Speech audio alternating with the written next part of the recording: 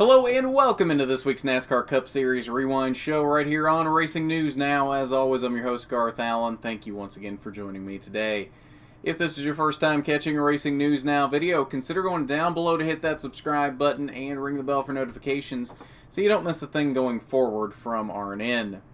On today's Cup Series Rewind, we finally got to the track in Atlanta. The first race that was postponed before the pandemic break that we had. We finally got back and were able to run the entire weekend and got all of our racing fixed from Atlanta in this weekend. But the one big noticeable difference, it is June now and not April, and so much hotter in Atlanta, Georgia. That would play a factor by the end of this race in terms of fatigue and wear and tear that it took on the drivers.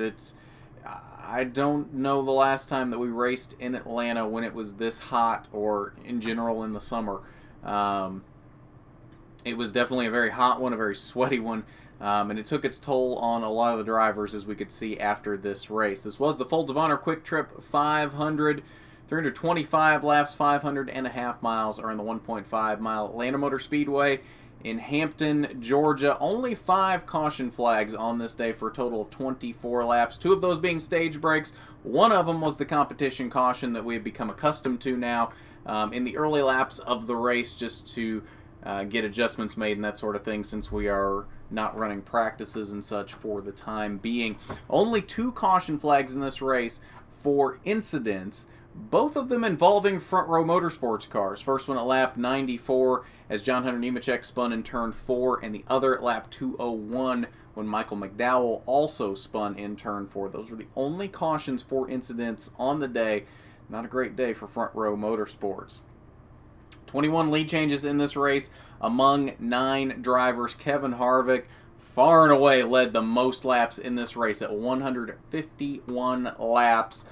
Next closest was Martin Truex Jr., who led 65 laps. You can see everyone else that led laps in this race, and as you can see, it wasn't even close. Kevin Harvick led so many more laps than every other driver in this race. I mean, he more than doubled the next closest driver's total of Martin Truex Jr., which isn't surprising. Kevin Harvick has been outstanding at Atlanta, especially in recent years since he's been in that 4-car. Not surprising in the slightest that he would dominate today in the way that he did. That being said, Martin Truex did win both stages, picked up the stage victory in Stage 1 and Stage 2, and of course did lead 65 laps in this race. Now, the biggest factor in this race today, obviously, was the fact that it was June, and it was a very hot day. We're used to going to Atlanta when it's a little cooler. There's going to be a little bit more grip in the track, which is definitely probably needed for these drivers with as worn out as Atlanta is.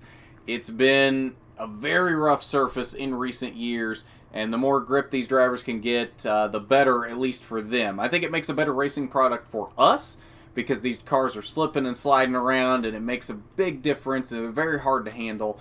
And it makes the racing a lot better generally in this race. We did have a very long green flag run to end this race, obviously, with the last caution being the Stage 2 break. We had an entire green flag run from when we started Stage 3 to the end of the race. So we had green flag pit stops mixed in there. The field really got strung out, and only 10 cars were left on the lead lap at the end of this race. Now, with all of those laps being led by Kevin Harvick, if you didn't see this race, you can probably assume Kevin Harvick did win this race. His 51st career NASCAR Cup Series victory, his 3rd at Atlanta, his second in the past 3 years, excuse me. Absolutely dominating victory. He came out in Stage 3 and just ran away with it. There was no touching him. Kevin Harvick wins the Folds of Honor QuikTrip 500. Kyle Busch came home with a strong second-place finish, past his teammate Martin Truex in the late laps to pick up that second-place finish, which is probably his best run of the season. I'd have to go back and look, but I believe that would be the best run for Kyle Busch so far this season. Martin Truex Jr., also probably his strongest run of the season, came home in 3rd. Ryan Blaney in 4th, and Denny Hamlin rounded out the top 5. Rest of your top 10, good, strong run for Kurt Busch. Had a big penalty at the beginning of this race. Failed inspection 3 times, which meant he had to start from the rear and had to do a pass-through penalty at the green flag, which set him back a lap at the beginning of this race. He had to fight back from that, even led a lap in this race. So he literally went last to first at one point in this race. Only did lead the 1 lap, but did have a very strong car in this race. Was able to pick up that 6th place finish. So kudos to Kurt Busch and that one team for being able to bounce back so well from that adversity early in this race. Jimmie Johnson, another strong run from him, landed in the 7th position, beating his teammate Chase Elliott there in 8th. Brad Keselowski 9th, and Joey Logano puts all 3 Penske cars in the top 10. 11th through 20th, another good run for Austin Dillon there in the 11th position. Alex Bowman there in 12th. He was rebounding late, was kind of in the low top 20 there in the waning laps, and somehow found his way back to the 12th position. So good run for Alex Bowman there late in this race. Ricky Stenhouse, another decent run for him there in the 13th position. We see Ryan Newman and Matt Kenseth back here 14th and 15th. Your highest finishing rookie yet again in this race is Tyler Reddick there in the 16th position. Not too far behind him, though, are Christopher Bell and Cole Custer, 18th and 19th. Clint Bowyer had a top 10 car in this race. Unfortunately, had a tire issue late, had to come down and pit 4 tires with about 10 laps to go in this race, and that relegated him a lap down. He did make up a lot of spots there in the final 10 laps, obviously, as he had much fresher tires than everybody else on the track, but being stuck a lap down, especially without a caution, wasn't much he could do. 20th was the best he could do at the end of this race. 21st through 30th, Bubba Wallace, scary incident for him after the race, was debriefing with his crew after this race and got lightheaded and kind of fell over in the middle of that conversation.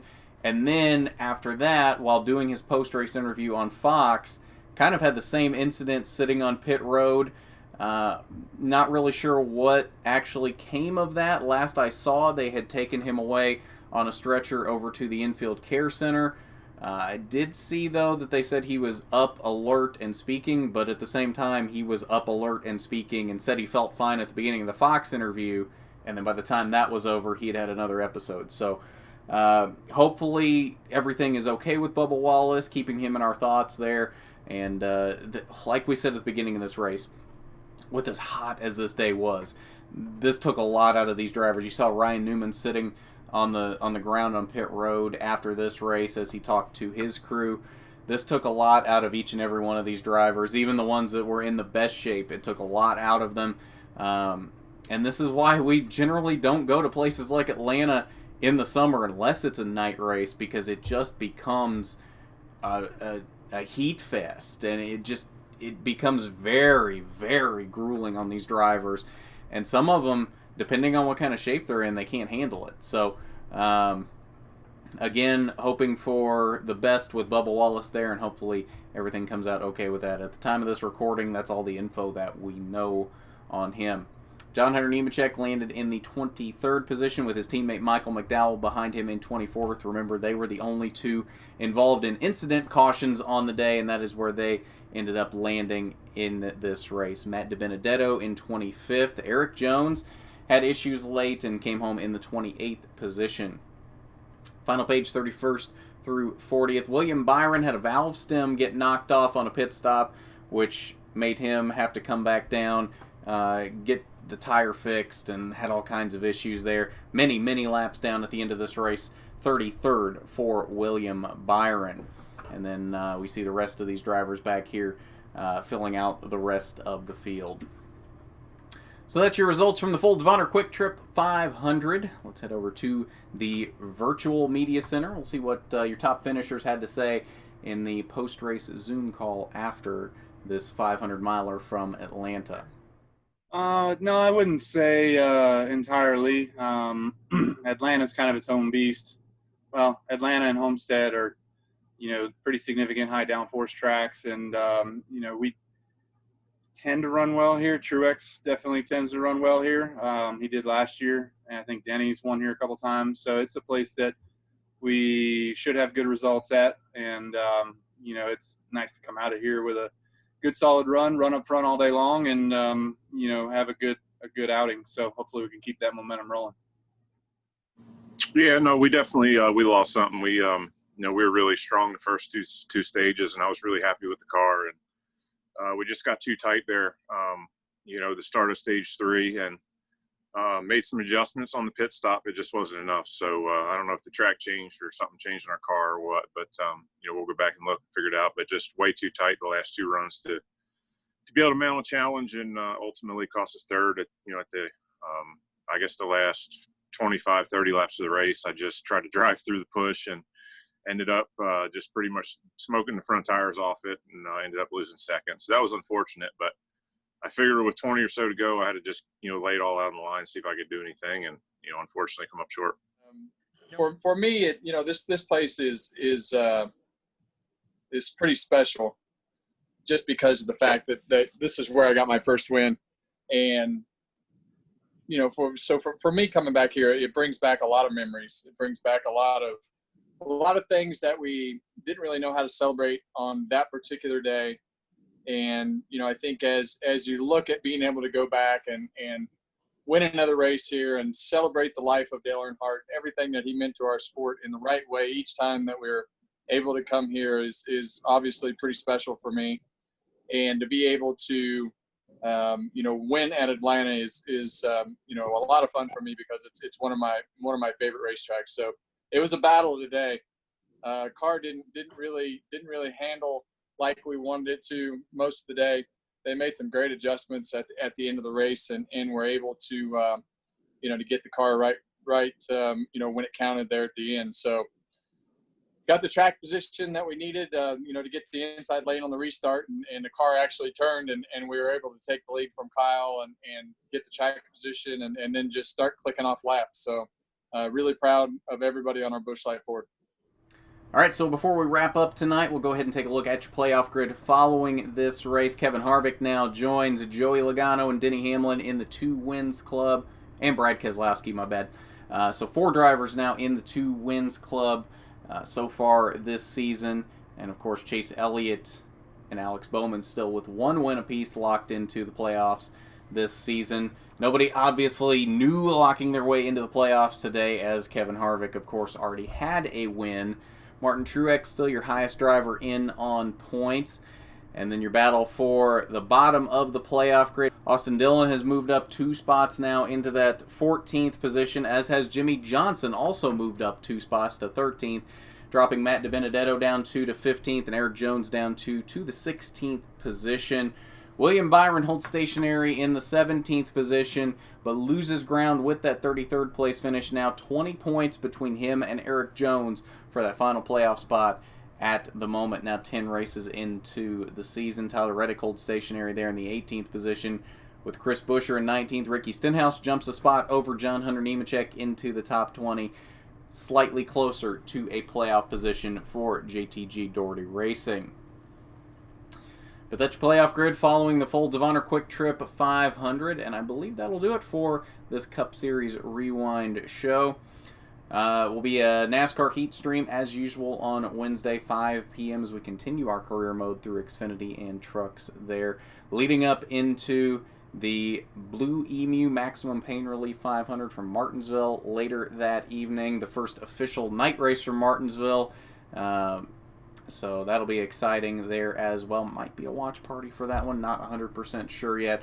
I'll let you know for sure that day if that will be happening or not.